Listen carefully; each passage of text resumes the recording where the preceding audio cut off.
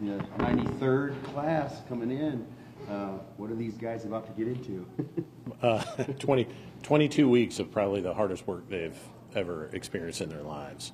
So our academy instructors are selected for this specific purpose, to test them, challenge them mentally and physically each and every day, because we know that making emergency runs out on the streets of the city of Fort Wayne can be mentally and physically challenging. So we want to make sure that we prepare them for the worst here, so that when they get out there, they know that they can continue to push themselves when they think they can't. Is there like a common point of the training that it really gets tough? I think day one is really where it starts. I mean, they start hard. You know, they start running from the first day of the academy, and then that goes up until about the last week. And the last week, I think, is when the instructors, once everybody's met all the qualifications for the academy, they start relaxing things a little bit, and then start preparing them for graduation and what to expect out in the engine house. And you guys expect some of these recruits to not make it, right? Yeah. What's the normal rate for successful, graduates? We usually see like 2 or 3 people probably wash out during the academy class. Now, there's exceptions to that rule each and every time. Sometimes we've had classes graduate at 100%, but I think in most cases we see about 2 or 3 recruits wash out. It was either something they didn't expect, or they realized that physically they just aren't prepared for it. And so when would tentative graduation be? 23 weeks, is that what you said? Yeah, 22 weeks, so about December. Okay. Yeah. And then at what point do they really start, getting their hands into things, because they're doing a lot of book work, I'm assuming, to start? So we try and mix it up as much as we possibly can, so that we don't rely too heavily on book work in one section and the hands-on training in the other. So we try and combine that book work, that classroom setting, along with hands-on scenarios as much as we can. And then really when they hit that fire portion of the training, when they transition from EMS into fire, is really where they start experiencing those skills that are required for each and every firefighter. Do you know how many applicants you had? We had I'm going to say we had over 400 applicants, and about 250 or 300 actually passed the written test and the oral interview, and then these are the top 18. And how's that compared to other years? Have you had any recruiting issues with the pandemic?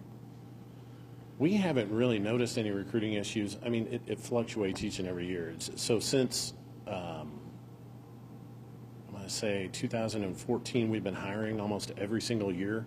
And so when you're pulling from, in most cases, the same pool of eligible applicants, people that are interested in the fire service. So you're gonna whittle that pool down over time.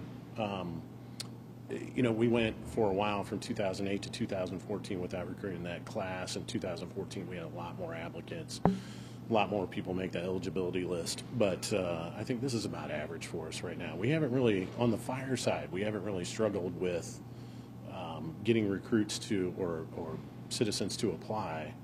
What we struggle with is getting minority applicants to apply and getting minority applicants on the job. So we constantly are reevaluating our processes and our mentoring programs to get them through those early stages, and trying to effectively communicate, the opportunity that exists here on the Fort Wayne Fire Department for some of those marginalized populations. We would really like to see our diversity on the Fort Wayne Fire Department increase as it relates to ethnic minorities and women. Yeah, that was going to be my next question, because I know the mayor mentioned that diversity is important. What are some of those efforts that you're trying to do to get these applicants more diverse? So first off, I sat down with some of our community leaders, gentlemen like Ira Kedley and Joe Jordan, and asked them, just had them take a look at our process and get their input on what we needed to do to change the way we do things. And the first suggestion was reframe the message. So we reframed the message based on their input and others from the community. Other things we looked at were creating mentoring programs, so getting them one point of contact, someone, my lead recruiter, District Chief Jermaine Thomas, giving them that one point of contact, someone that they can always call any time of the day and ask questions about, or ask questions of and get encouragement from through that process, asking questions about what to expect and how to prepare for interviews. And then we assembled some question and answer sessions, what we call information sessions or orientation sessions. I actually hosted them out here at the Public Safety Academy, giving every applicant the opportunity to come in, get a brief presentation on the fire department, what to expect while on the fire department, a brief presentation on the benefits and the things that the advantages of being on the fire department, and then give them the opportunity to ask any questions that they have. And then most recently, as a byproduct of the United Front Initiative, I've created the first diversity and inclusion team for the Fort Wayne Fire Department, which is made up of firefighters, diverse firefighters, that are going to start looking at our hiring processes, our internal policies, and the external messaging that we deliver to citizens to not only just build diversity, but also that inclusivity that we're looking for, to make sure people's voices are heard and that their input is received and reacted upon.